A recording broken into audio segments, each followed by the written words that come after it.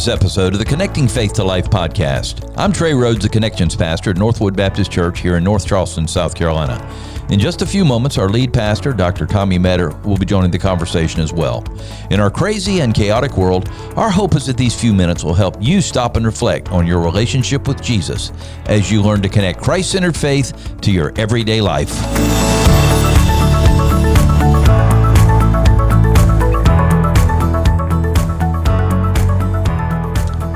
And if you are counting, and I hope you are, this is episode 178 of the Connecting Faith to Life podcast. And I was hoping by the end of the year we'd get to 200, but obviously we're not going to make it. We'd have to do I don't know how that would work. That would not work. In my little brain, my had math it all brain. figured out, and it wasn't figured out. So anyway, this is 178. Thank you for coming along and joining us. And as you listen to the podcast, we'd have to record an episode every day from here on out. We could do it. I don't want to.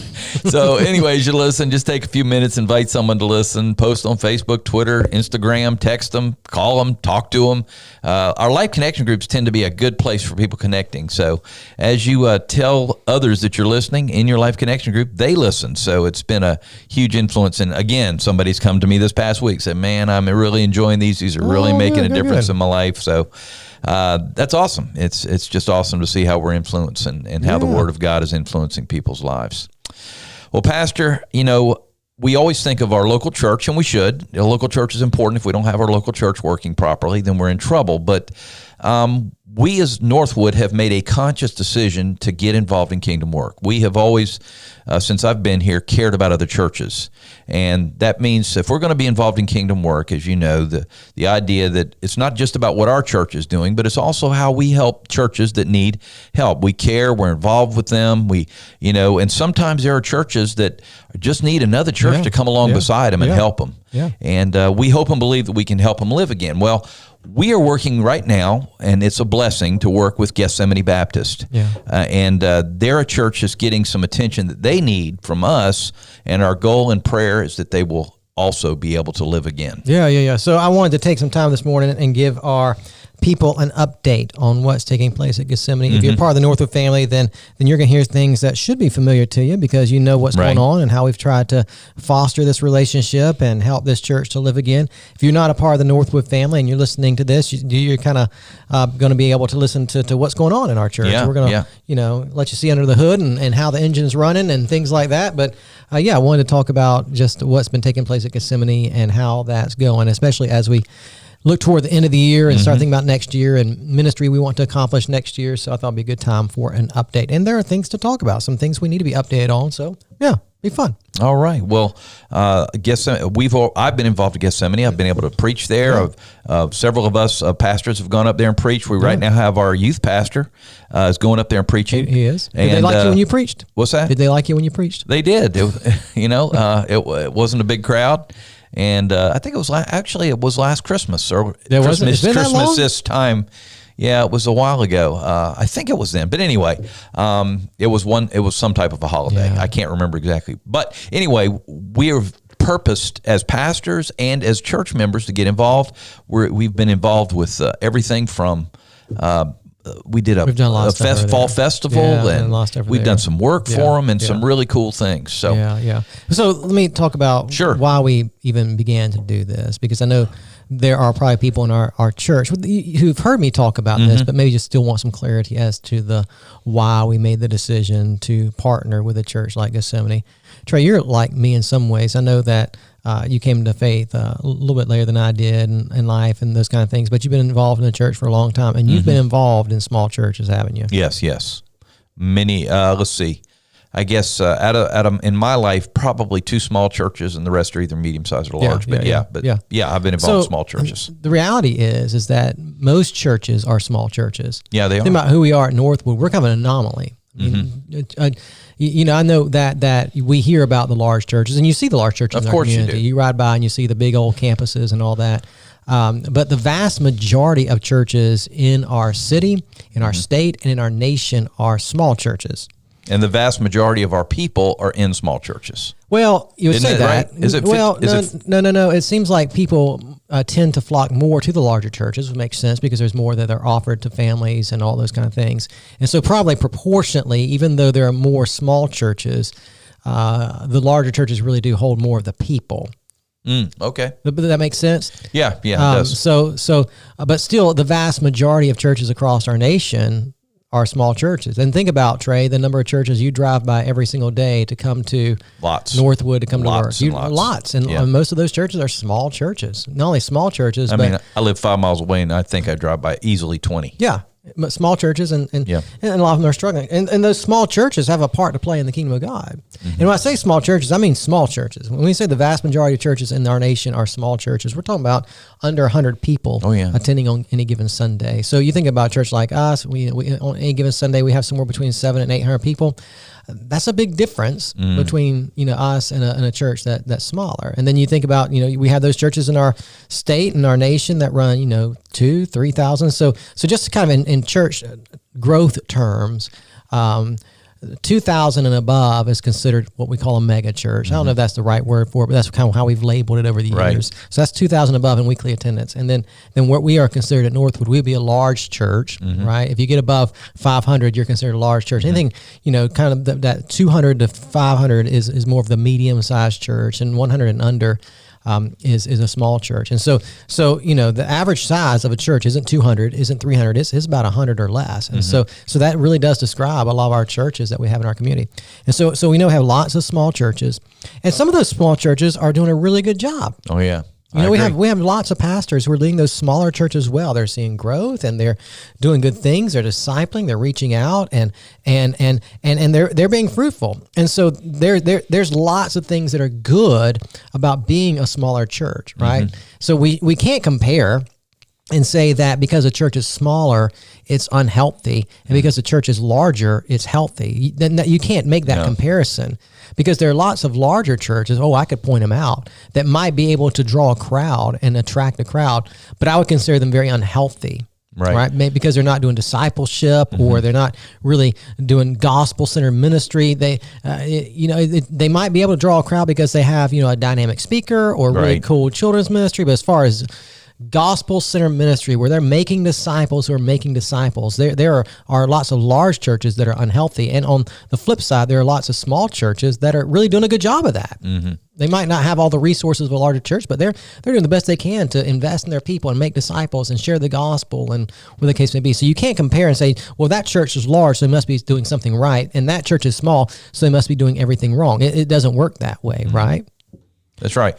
I once heard a pastor say, a larger church pastor actually, and he was saying that, people say, well, it's better to be a big church and it's better to be a small church. It's better to be, he said, smaller is not better.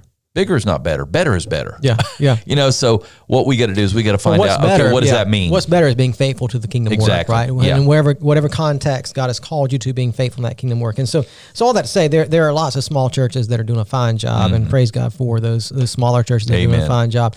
But then there are some smaller churches that are not doing a fine job, that are on the verge of having to close their doors. And just personally, I have a heart for those kind of churches. So you think about our area in particular, the greater Charleston area. The greater Charleston area, we're well over 1 million people and continue to grow. There are people that move into our region every single day from different places in the United States, from different parts of the world. Come here because we get a lot of retirees that come down and want to come down south and be by the beaches. I understand that, right? That's why we love it here. That's we have people who move here because we have so many big corporations. You think about Volvo or Boeing. I mean, we have some very big corporations that are here in Charleston that draw a lot of people in because of the job market, right? And we have universities here that are thriving. So you think about Charleston, it really is just a great area because of the economic growth, because of our location. And so we have all these people that are moving into the area. So I want you to think about Gethsemane Baptist Church. Gethsemane Baptist Church is an area of our community that is rapidly growing, right? And on that road where Gethsemane is located, there really aren't that many churches. You think about when you drove to Northwood this morning, Pops, you passed maybe 20 churches. If you drive down that road Gethsemane's on, there's not 20 churches. There might be three or four. Three, four, five. I don't know. I've never really counted, but there's not as many. Yeah. I know right around Gethsemane there are a couple of churches that are not Southern Baptist churches like we are. They're some kind of different denomination. I really don't know much about them. And then I know in my neighborhood where I live, I live pretty close. I'm 2-3 miles maybe from Gethsemane, so I'm pretty close to Gethsemane. There's a larger church in my neighborhood that probably runs 1,500 or so. So it's a large church. And then down the street, I know there's a Southern Baptist church down the street from Gethsemane that I don't know how large they are. They're probably 200 to 300. They're a good, healthy church. And they're going to continue to grow and do really good for the kingdom. I know they are. And so in that area, you've got a large church. That's not Southern Baptist Church. It's a large church, and I don't know much about them, honestly. They might be doing things really well. I just don't know. And then you have another church on the other side going down the street that is like us, a Southern Baptist church, and I know it's a healthy church. I know their pastor, they're doing a really good job. And then you have a few other churches, and that's it. Okay, so the question that I get sometimes is, why invest the resources in Gethsemane if there are other churches in that area we can send people to? Well, the reality is, there's not really other churches in that area we can send people to. Because you think about that larger church, I don't know what they seat, but let's say they have a worship center that seats 1,000 people or more. Okay. Well, you can only do so many services in a That's true. in a worship center, right? So even if they hold 1,000, you do 5 services that on a Sunday. Well, that's 5,000 people can attend that. So let's say that church can max out at 5,000. Yeah. Right. The other church I'm aware of in that area that's healthy, they meet in a school, and so they can get a couple hundred people. Yeah, so let's say they max out 5 services, which a school's not going to let you do 5 services on Sunday. Not at all. You know that because you had a son who's been in a school. And we were in a school too, so that's not even going to happen. But let's just say it did. Let's just say they would let them have 5 services. So you got 1,000 that can attend this church, and then you have 5,000 that can attend this church. Now let's say, okay, there's 3 other churches on that road, and let's just assume they're healthy. Healthy and growing. We don't know, but let's thriving. assume. But even in those churches, I've been by those churches. Their worship centers probably don't hold 200 people. No. So, but let's say we can max those churches out. So let's say that we can let's just be very optimistic. This is very optimistic. Those 4 or 5 churches that are on that particular road that Gethsemane is located, let's just say all those churches we max out and they're growing and doing well. There's probably a max on any given Sunday that maybe we could fit in those churches if 7 to 10,000 people. That is very optimistic. Altogether, 7,000 to 10,000 people. That's very optimistic. And that is optimistic. That would be on Easter, on a great Easter Sunday. But the issue is, if we were able to do that, we're missing at least 70,000 people in that community. Oh, my heavens. Because that community, we're projecting over the next few years, is going to be larger than 80,000 people living in that area, maybe up to 100,000 people in that area. So you have somewhere between 80,000 to 100,000 people that are going to live within a 3 to 5 mile radius of where Gethsemane is located. Where are they going to go? If every person, now I know this isn't going to happen, but let's just be optimistic. Sure. If every person within 3 to 5 miles of Gethsemane Baptist showed up at a church on a Sunday morning in that area, the churches could not fit all the people. No, they couldn't. They couldn't. Right? So there's a need in that area for healthy, gospel-centered churches, right? And so when it comes to that, we have a couple of options. We have 3 options, in fact. One option is being done in that area. You have a church in that area that's being planted. Several years ago, I'd say it's being planted. It's probably more of an established church now because they've been there for a while, but they started as a plant, right? Maybe 5 to 10 years ago, there was a team that went over there with a lead pastor, and they decided to make a mark in that area and plant a church, and they're doing really, really well. Praise God, yes. Right? So you have that option of planting a new church, right? We've done that here at Northwood. Before I came to Northwood as pastor, we had Adam Spurlock, who was a part of our faith family, who this church sent out to plant Restoration Church in Hanahan, and they're doing really, really well. Sure are. They're doing extremely well, and so that's part of God's plan to reach a community, is to send out people who will do pioneering work. You've done that, Pops. You were a church planter down in Mount Pleasant. Your son is a church planter in Boston, yes. so you know something about church planting. It's tough. It's tough, but it's not tough. Any ministry is tough, but yes. there's some unique challenges to church planting for church. But you've been a part of that. So there's a need for church planting. So you have that. Then you have what we call church replanting. So replanting is we see a church that has a facility, but they're struggling to the point where they cannot function on their own There's no way they can function on their own. And what they need is another congregation to come in and start over completely with them. Right. And so think about a church replant. You would have, Seventh Baptist Church, right, on a particular road. They're going to die. They're down to 5 people, 10 people, and there are churches like this. Yes, there are. They're running 5 to 10 people. This is not an exaggeration. There's 1 or 2 families left. They're trying to figure out what to do because they have this big facility that seats 300 people and education buildings, and they've got 3 to 5 families or 10, 15 people coming. What do you do? We can't afford to pay the lights anymore. And so a healthier church, a church like a Northwood or whatever the case may be, would come in and start that place over. We would send out, right, maybe 25, 50 people and say, okay, this is going to be your church. You're going out as missionaries to this particular location, and we're going to start over. We're going to give this place a new name. We're going to update the facility, and it's going to be like it's a brand new church. So it's a replant. It's taking in those people that are in that church, right? They're going to become a part of that new work. Which that has happened in the Charleston Association. It absolutely has. You think about Citadel Square downtown. That happened there. It was kind of a replant. And Remount Baptist Church. Yeah, Remount Baptist Church. Centerpoint, Crosspoint. I can't remember the name of it off the top of my head. But and to much success, those churches are thriving. Yes. But they were replants where they changed the name and changed the leadership structure and all that kind of stuff. And now those churches are really, really doing well. And so the third option that you have is what we call revitalization. Now, revitalization can happen in 2 ways. So revitalization is, okay, we're going to maintain our identity. We're not going to get a new name. We're not going to have another church come in and assume responsibility for us. We're going to, with what we have, we're going to do better. With what we have, we're going to refocus our attention on our community. We're going to refocus our attention on making sure the gospel is known in our radius that God's placed us. We're going to make this happen, right? And so a church revitalization can happen from within. Sometimes this happens when a church maybe brings on a new pastor, and that new pastor has a fresh vision and is able to help motivate and mobilize those people towards greater kingdom ministry.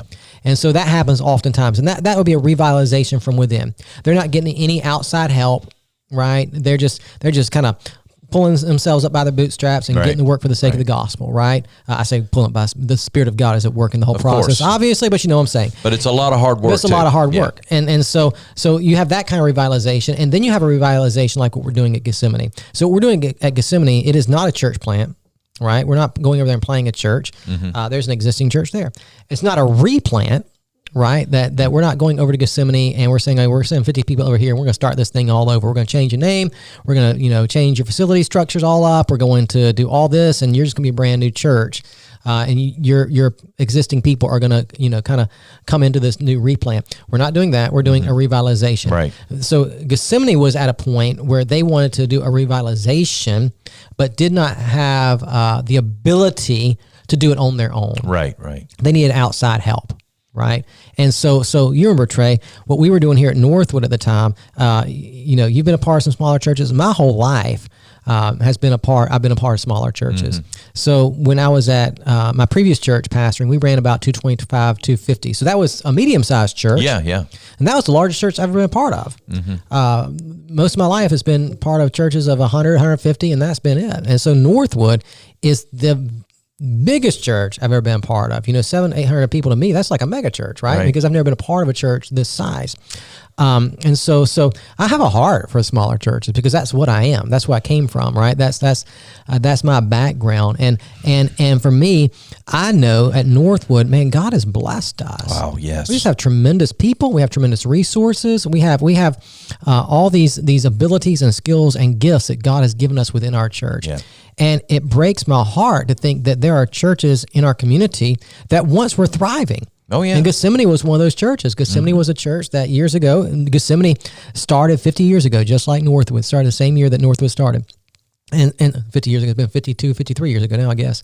But the same year we started, they started. And they got to a point where they were doing okay. When I say doing okay, they were a healthier, small to medium-sized church. I think they were running at one point 150 to 200, somewhere in there. So they were doing okay. Right. But as happens in lots of churches over time, their ministry effectiveness kind of waned. I don't know all the backstory. I don't know what happened. I mean, we don't need to know what happened. Just over the course of time, the ministry effectiveness began to wane, where now we were at the point that when we started the relationship with Gethsemane, they were running maybe 20 people on a Sunday morning. And so they have a fairly big facility, and their people, for the most part, are older.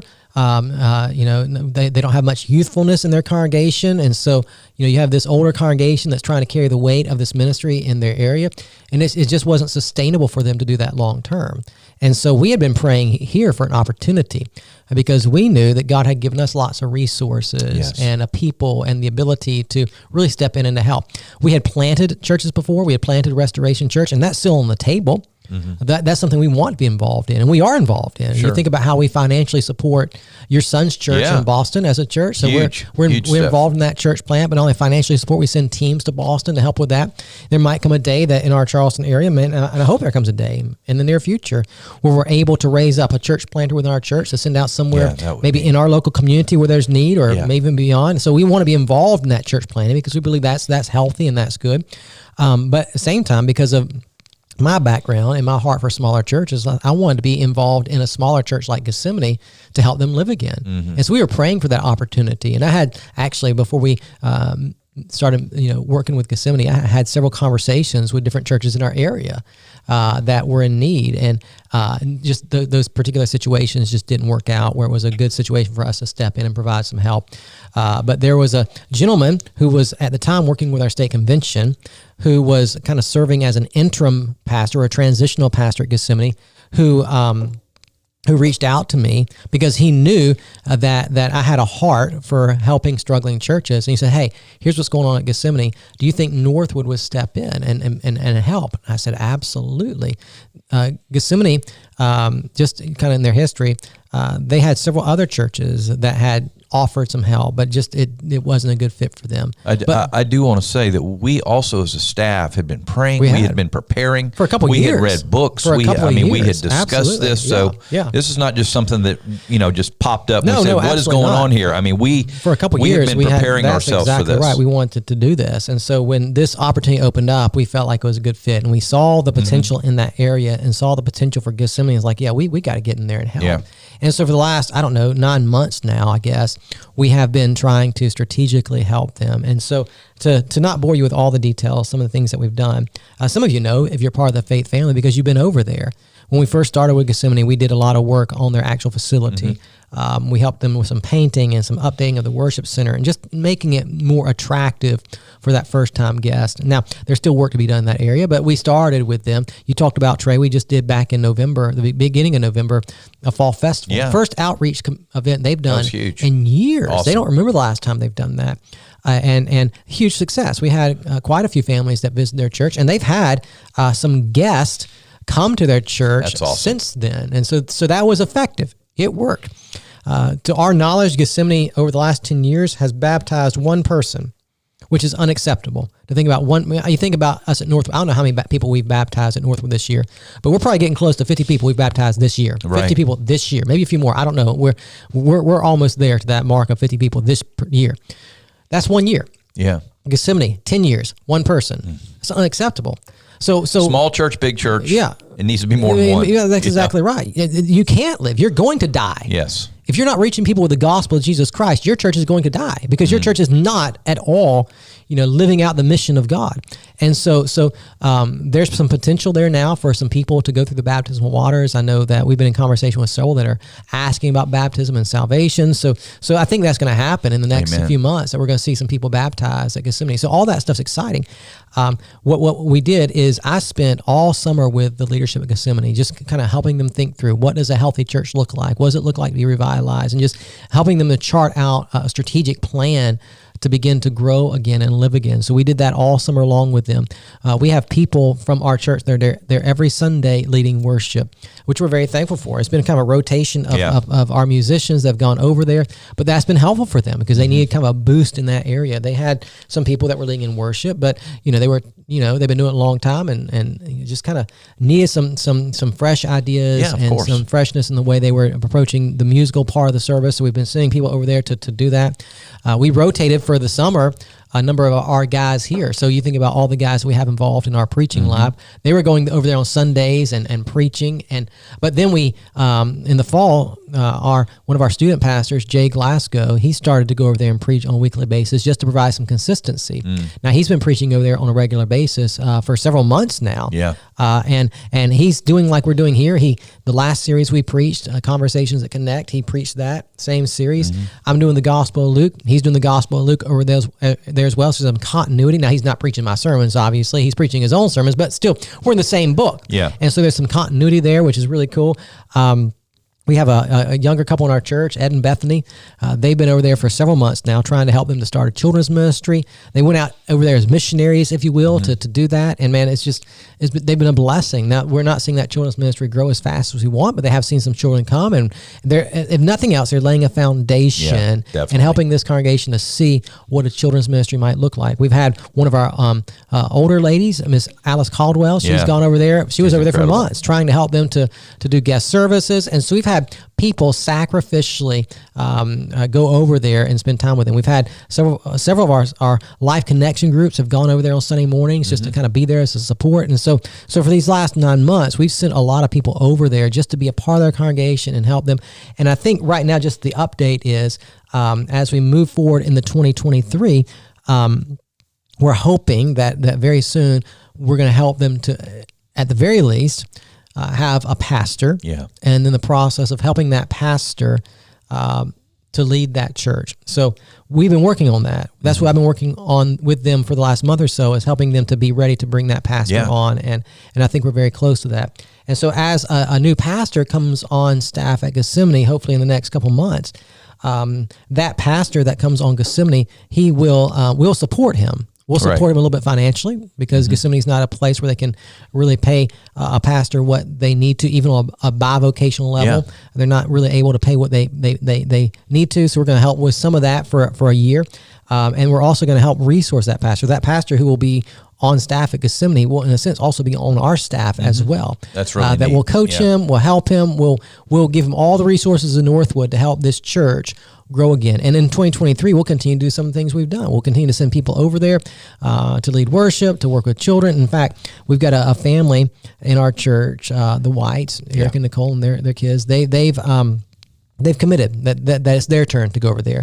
And so they were there this past Sunday, and they're going to start going over there indefinitely until they feel like God has released them from that place, and they'll come back to Northwood. But they're going over there as missionaries. That we believe in the vision that God has for this particular local church, and we want to be a part of that. And so we're leaving the comforts of Northwood, and we're going into this challenging environment to try to help this church live again. And really, Trey, that's what we need at this point. That's exactly right. We need, and here's the big deal. I think about Ed and Bethany, and now I think about the Whites getting ready to step over there. That's a huge, huge, huge commitment. It really is. Because you think about what we have at Northwood, it is great. It is. Right? It's really wonderful. Is. We have a jam-up children's ministry. We have a wonderful student ministry. We have a wonderful small groups, a good discipleship ministry. I mean, we've got all the parts working together pretty well right now. We always have room to grow. There's always improvements being made. We can always do better in different areas.